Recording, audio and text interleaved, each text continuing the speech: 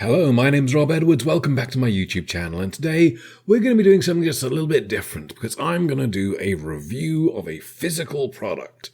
Normally my reviews are books or films or that kind of TV shows, obviously, but I'm going to do a review of the brand new Wonder Woman 80th anniversary miniatures game. Don't mention the word Heroclix on the box if we can avoid it, but basically it's the new Heroclix starter. I have been a fan of Heroclix since the very start. I got a starter with a rookie Hulk and a unique Thanos in it on practically day one of the game being available. And I have loved playing it on and off ever since. This new starter is the start of a whole revision to Heroclix, with a brand new set of rules. Lots of really fundamental ideas in the game have at least been tweaked along the way. And I was really excited to get my hands on this new box. So I thought I'd have a quick look at it and talk you through what you get for your money. So here we go. You'd be forgiven for thinking I'd want to start with the figures, since it's a game of Heroclix which is all about the miniatures in the box. But actually I want to start by having a quick look at this map, because it's very different from what we've had before. And not only have they redesigned the sort of graphics to make things hopefully a little bit clearer, but also the design of this is quite different. So it's now made up of 6 individual cardboard tiles, double-sided, so you get 2 different maps to play on. And they are really solid, very unlikely to get jostled on the table, which is great. They're going to lie completely flat, unlike folded paper maps, which tend to bounce around a bit. And I actually really like them at first blush. I have to say the one thing I'm not so keen on this format is if you are the one that has to be carrying these maps around, because they are a good deal heavier than the paper version. So this is Mount Olympus Outdoor. I'm not quite sure what makes it particularly Mount Olympus, but 2 elevated areas for the starting areas, a big chunk of blocking terrain in the middle, not a great deal of hindering terrain for people to be sneaking around in, but yeah, it's fine. It's not terribly interesting or terribly exciting, but it's all right. The other configuration of the tiles puts us on Paradise Island, apparently. And this one's a little bit more interesting. I think of the 2 configurations, this is the one that I prefer. So we've got a bit of variety here about the kind of things that you've got. So there's some water terrain, there's some elevated terrain, a bit of blocking. Still not a great deal of hindering for people to be sneaking around in. But I think this is a more interesting map of the 2.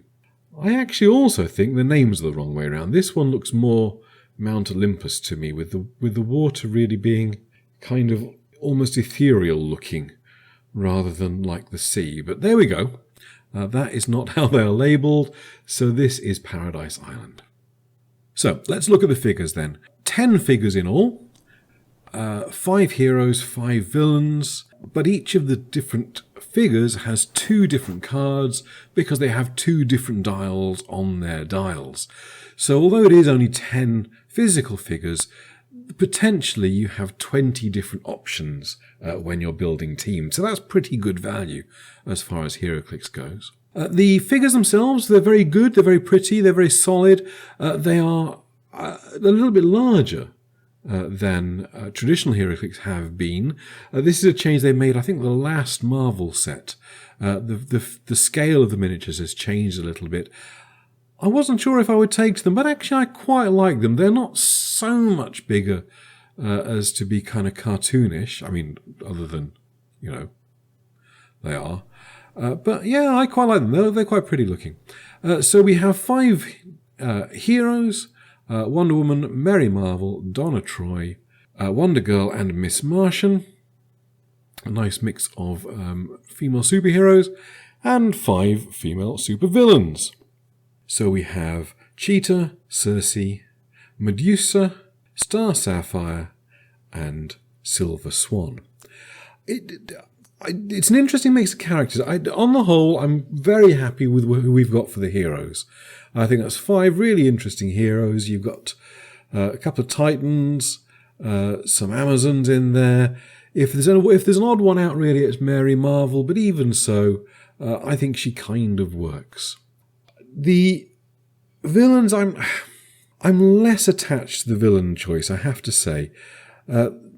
The Medusa and the Silver Swan are, I'm sure, classic Wonder Woman villains, and by all rights should be in this set.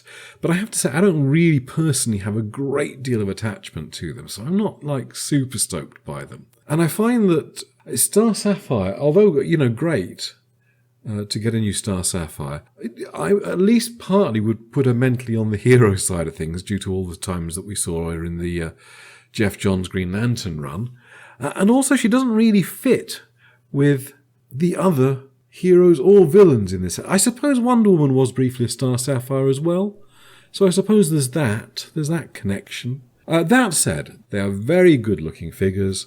The dial selections, the dial creations for the characters are all quite interesting.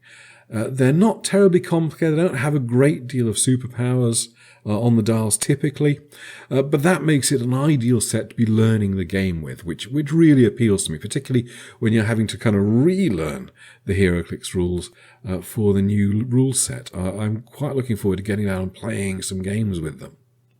Speaking of learning the new rules, the Heroclix rulebook in the box is very, very pretty, very, very well presented. I have one really minor and weird quibble because I am that kind of person.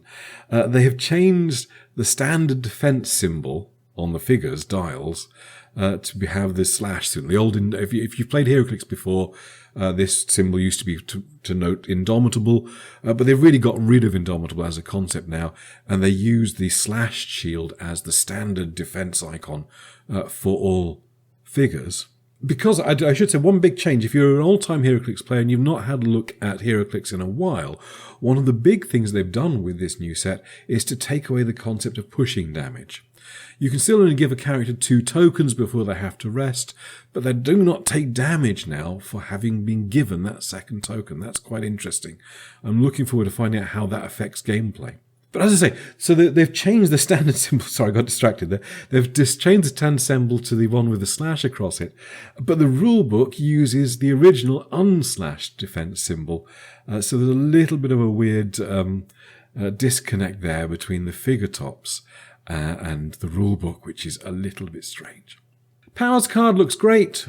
I'm not going to do a review here of how the powers have changed, but there are a lot of significant changes. One of the things which I'm most interested in is that a lot more powers work together now than used to. So, if you want to charge a mind control, that does appear to be an option. Charge flurry blades remains a thing that you can do. So there's all sorts of fun stuff in there. But I have to say the biggest thing I want to say about the powers card is whoever had the genius idea of putting 2 copies in the box deserves an award. Because if you've got 2 players learning the system together, to be able to refer to these 2 cards without having to share them is fantastic. Other bits and pieces in the box. Nothing terribly, earth-shattering here. We have some bystander tokens. So if you want to bulk out your team with some generic Amazons, then you've got some there. We have a rather strange shadow Wonder Woman. I can only think she's in one of the scenarios. We'll get back to those in a second. Some special objects, but also kind of action tokens. Only light objects, which is interesting. No heavy objects there at all. But I don't think there's any super strength at the moment in the game, or not in new figures, because they are resting some powers, including super strength, I think. So I suppose that makes sense. There's no heavy objects for them to pick up in the box. A bit odd that there are no water tokens. I miss that. I'm a big fan of playing Atlantis teams, so being able to make my own water because maps are always so reluctant to give it to you. They're good quality cardboard stock, and they should sit nicely on the board. Last thing in here, of course, is the aforementioned scenario cards, building up to a campaign, a branching campaign. So if heroes win the first match, you end up in a different second match than if the villains do, which I love. Gives a lot of replay value, a lot of variety. Very interesting because the figure values in this set are so small, power creep in play. A lot of these scenarios do seem to be using like less than 100 points worth of figures, which is a bit strange, but what the heck, we can do that. All told, it is a really nice set, a really nice starter. I'm actually super impressed with it. And I'm really looking forward to getting down and playing some games with it. I'm going to pester my wife until she tries to learn it with me. But when we finally get back to the store to be able to play some games in real life in Helsinki, that is going to be absolutely thrilling. And I'm looking forward to getting a lot of these figures out on the table and seeing what they do. Anyway, thanks for watching, and I will catch you next time, and I will be talking about something else completely random and inconsistent with the rest of my channel. Huzzah! Cheers.